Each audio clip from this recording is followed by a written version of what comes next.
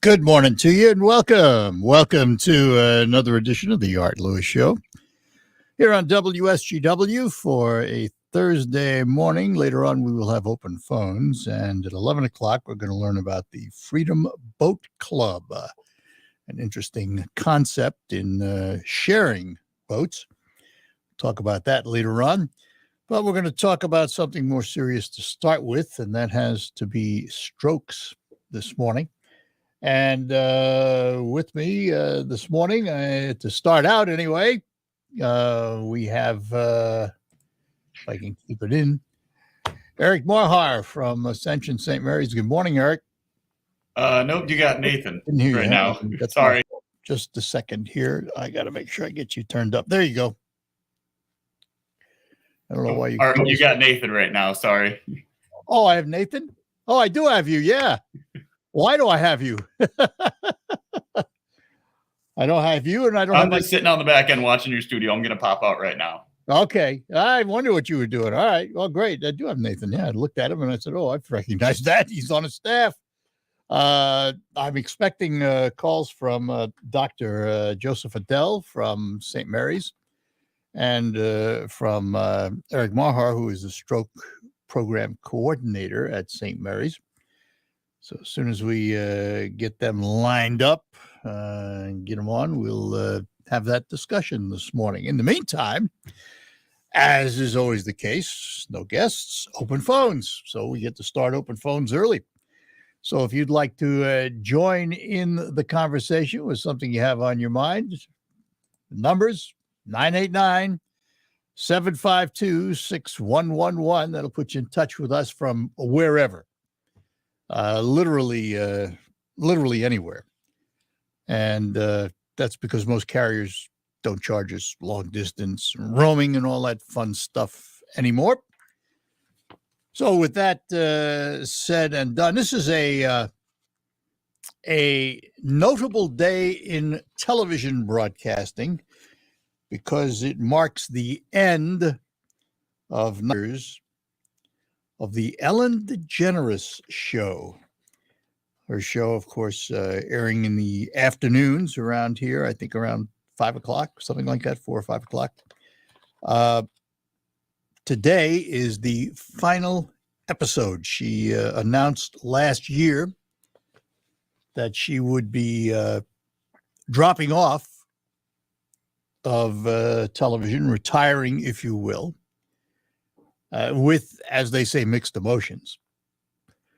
And the final episode airs this afternoon of the Ellen DeGeneres show.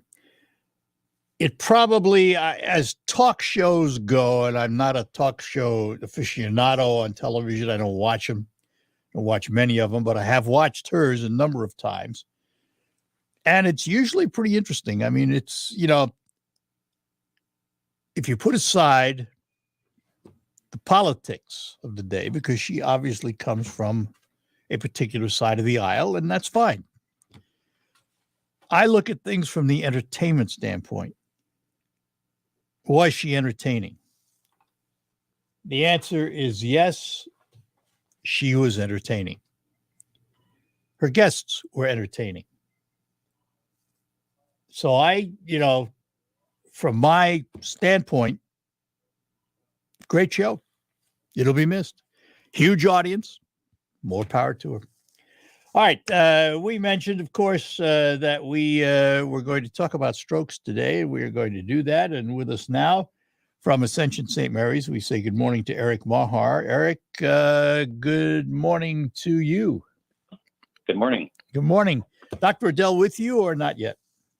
He is. He is. All right. Good morning to Dr. Joseph Adele, too. Good morning. Good morning. So let me start out by asking Dr. Adele, if I took you back, let's say 20 years versus how we treat strokes today, has there been a significant difference and a significant improvement in the outcomes? Oh, absolutely. There have been way changes. Like the stroke used to be one of the leading causes of death and disability, and we have changed that significantly in the United States and worldwide. And it's both. It's like medical as well as surgical. I have to ask because at one time, if I remember right, and these are numbers off the top of my head, and excuse me if I'm wrong, but you only had a very, very short window if someone suffered a stroke to get them to the hospital to be able to reverse or stop the effects of that stroke. Am I correct in saying that window has increased now? You have more time, not an enormous amount of time, but more time to get to the hospital? Well, first, stroke, there are two forms. One is ischemic, where there's no blood flow to the brain. The other is hemorrhagic. So talking about ischemic stroke, where there is a blockage in a vessel, the old days are old days. These days, if somebody comes to the hospital within 4.5 hours, we can give them a strong blood thinner, a clot buster, and dissolve the clot. But also what we can do, if the clot is a big one, we go in and we mechanically remove it with surgery. The thing is, although we have expanded the window, so we can do those procedures 4.5 hours, and then the interventions up to 24 hours. The thing is, the sooner we do this, the better are the chances for better recovery. When someone has a stroke, what happens to the brain cells that are involved?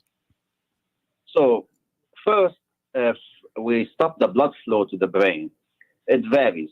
Certain brain cells tolerate not getting oxygen more than others. But then every minute passes, you are suffocating those cells. And then some of them will not tolerate, and you start losing some of those cells. So those cells will die. And as you know, in the brain, the brain cells do not regenerate. So some people are different than others. Some people, the brain cells tolerate not getting blood longer than others. But the thing is, once you stop that blood flow, you should not take any chances. The faster we can regain the blood flow to the brain, the better those brain cells will do, the better the patient will do. And Eric, what's your responsibility as stroke program coordinator? What's your function? Well, I work on policies and data and quality for the patients and the program in the hospital, but also I spent some time trying to do a lot of community service events, community education. For example, just a couple of days ago, I was at the YMCA here in town giving a stroke presentation to our community members, trying to educate them on how to identify the signs and symptoms of stroke, but also how to identify their personal risk factors so that they can decrease the chance that they themselves would have a stroke. And we're going to talk about that. I've got to take a break, but we will be back with both of you. We're talking to Dr. Joseph Adel and Eric Mahar from Ascension St. Mary's as we talk about strokes and the signs of a stroke and what to do if you have those signs or someone near you has those signs. We will have more coming up here on the Art Lewis Show. Imagine this, winning big at Soaring Eagle. Make a run for the money, and you could win up to $10,000 cash every Friday in May from 7 to 11 p.m. Then on Saturdays, the summer celebration is your chance to win up to $5,000 in premium play, or the grand prize, a share of $100,000 cash on May 28th. Soaring Eagle Casino and Resort, your getaway reimagined. Visit SoaringEagleCasino.com for complete rules and details. Looking for a new place to call home? The Springs of Frankenmuth is a Wellspring community focused on age-friendly home design, supportive technology, services, and home affordability. The Springs will quickly become part of your active senior lifestyle.